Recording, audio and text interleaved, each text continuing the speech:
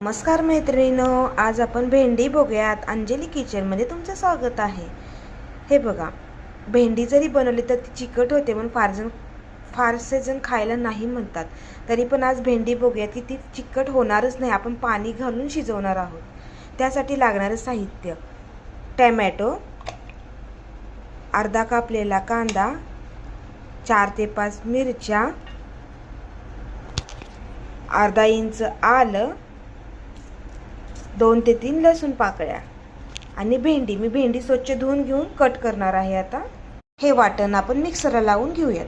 कढईमध्ये तेल ठेवून त्यामध्ये जिरं मोहरी टाकून घेतलेले आहे. आता हिंग टाकूयात चिमूटभर.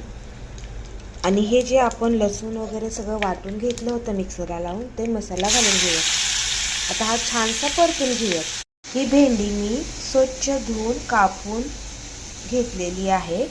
आणि कापताना फक्त एक काळजी घ्यायची, कारण की आपण ही लहान मुलांच्या डब्यासाठी बनवतो, त्यामुळे कुठे खराब आहे का, कुठं किडली आहे का, ती बघणे गरजेचं आहे. कारण की भेंडीला कीड फार असते.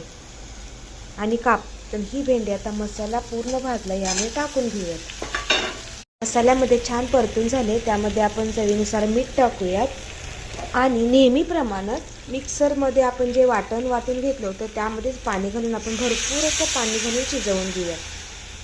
चला तर हे आपण शिजवून घेऊयात.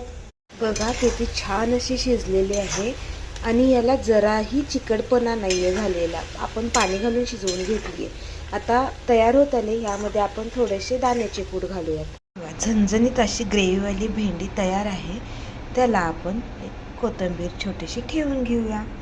किती छान आणि सुंदर झाली आहे बघा. कशी वाटली तुम्हाला ग्रेव्ही भेंडी?